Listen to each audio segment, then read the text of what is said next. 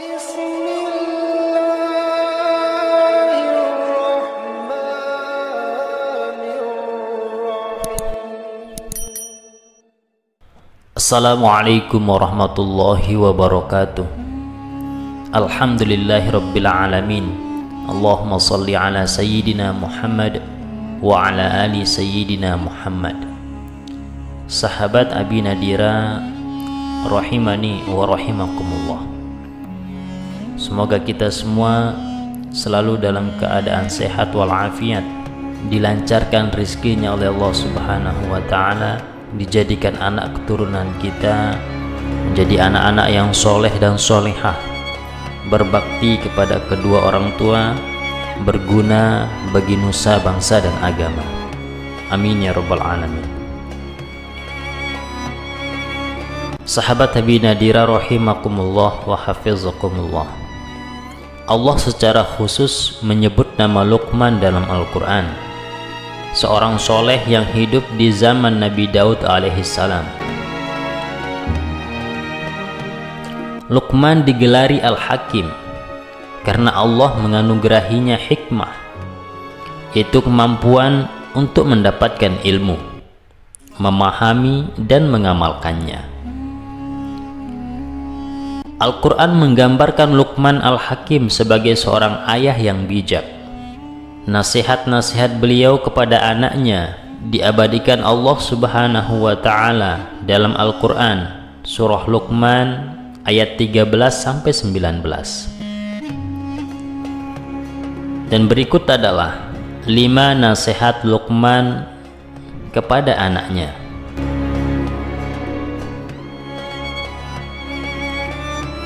Yang pertama, jangan menyekutukan Allah.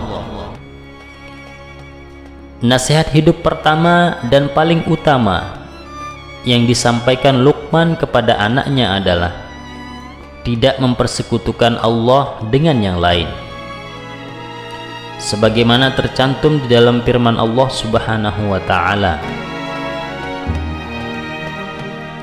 wa idh qala Luqmanu libnihi wa huwa ya'izuhu ya bunayya la tusyrik billah inna syirka la zulmun azim. Dan ingatlah ketika Luqman berkata kepada anaknya ketika dia memberi pelajaran kepadanya, wahai anakku, janganlah engkau mempersekutukan Allah, sesungguhnya mempersekutukan Allah adalah benar-benar kezaliman yang besar. Quran surah Luqman ayat 13.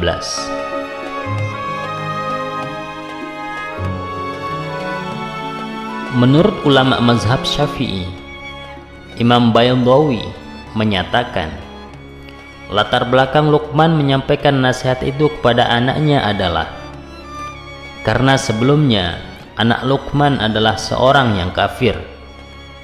Karena itulah beliau menyeru anaknya untuk beriman kepada Allah dan tidak menyekutukannya. Nasihat yang kedua, setiap perbuatan ada balasannya.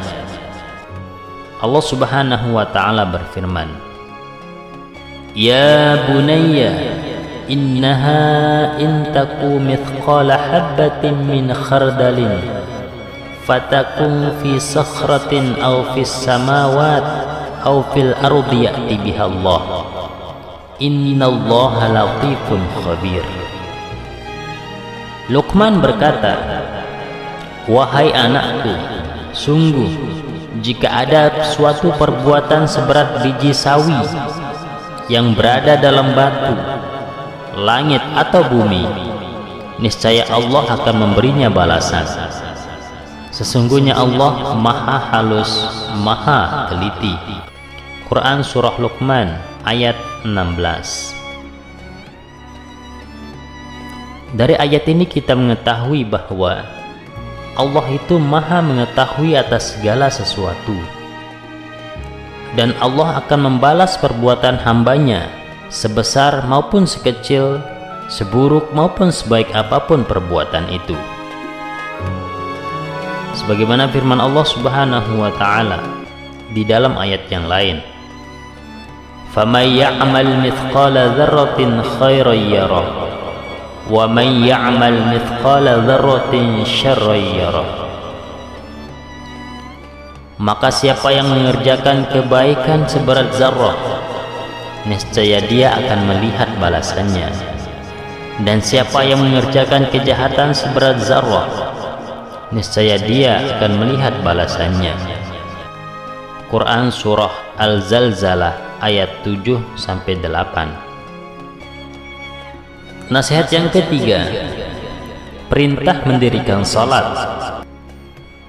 Setelah menanamkan iman ke dalam hati anaknya, Luqman menasihati anaknya untuk mendirikan salat. Sebagaimana di dalam firman Allah Subhanahu wa taala, "Ya bunayya aqimis shalah wa'mur bil ma'ruf wanha 'anil munkar wasbir 'ala ma asabak inna dzalika min 'azmil umur." Wahai anakku, dirikanlah salat dan suruhlah manusia berbuat yang ma'ruf dan cegahlah mereka dari yang mungkar, dan bersabarlah terhadap apa yang menimpamu. Sesungguhnya yang demikian itu termasuk perkara yang penting. Quran Surah Luqman ayat 17.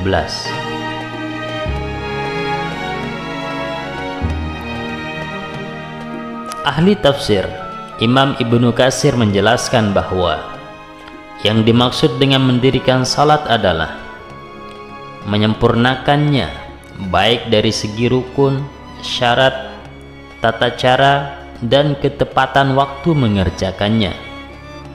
Karena salat yang sempurna akan mencegah pelakunya dari perbuatan keji dan mungkar. Wa aqimis shalah innas sholata tanha 'anil fahsya'i wal munkar.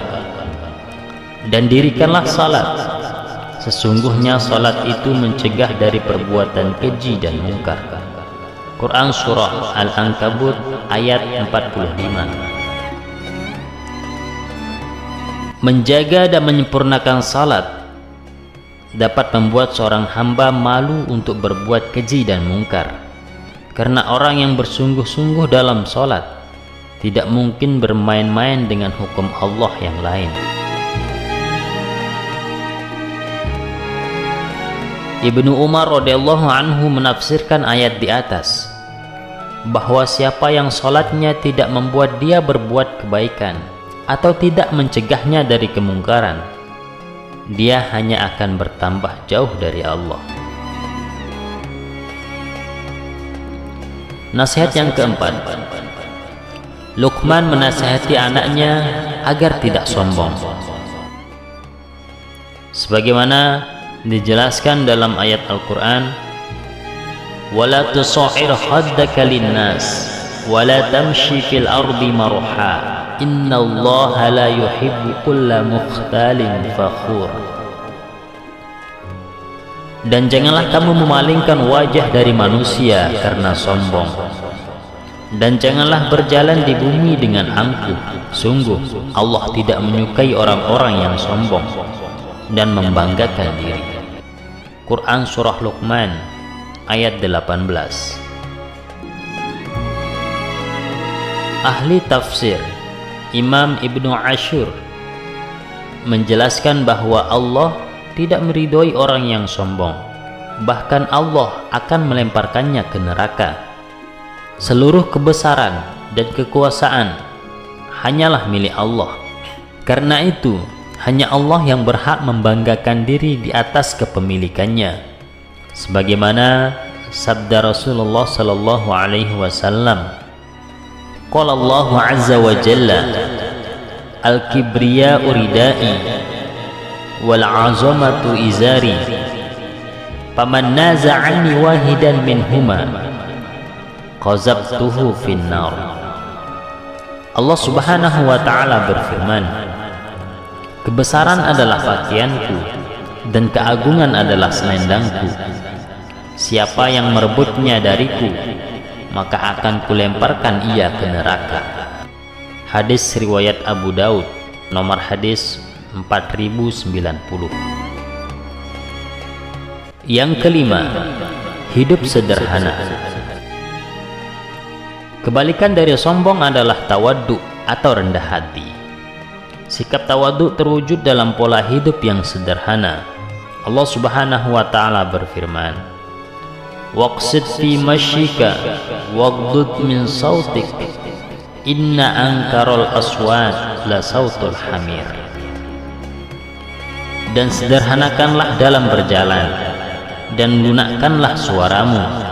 Sesungguhnya seburuk-buruk suara ialah suara keledai. Quran Surah Luqman ayat 19. Luqman menyuruh anaknya untuk bersikap sederhana dalam berjalan dan bersuara. Dalam tafsir resmi Kementerian Agama dijelaskan, berjalan dengan sederhana yang dimaksud adalah berjalan dengan wajar, tidak dibuat-buat dan tidak terkesan angkuh. Sedangkan merendahkan suara ketika berbicara bertujuan agar orang yang mendengarkan merasa nyaman dan tentram dengan pembicaraan kita. Suara yang terlalu keras atau kasar akan menyakiti telinga dan membuat orang yang mendengarkan merasa sakit hati dan tidak dihargai. Namun demikian, berbicara dengan tegas dan berjalan dengan langkah yang tegap adalah perbuatan yang mubah atau dibolehkan, karena tidak berkaitan dengan sikap angkuh dan sombong. Sahabat Abi Nadira rahimani wa rahimakumullah, demikianlah 5 nasihat Luqman Al-Hakim kepada anaknya. Nasihat-nasihat ini juga dapat kita sampaikan kepada anak-anak kita nanti, agar tercipta generasi-generasi yang berpendirian kuat dan berakhlak mulia. Amin ya rabbal alamin. Sekian, wassalamualaikum warahmatullahi wabarakatuh.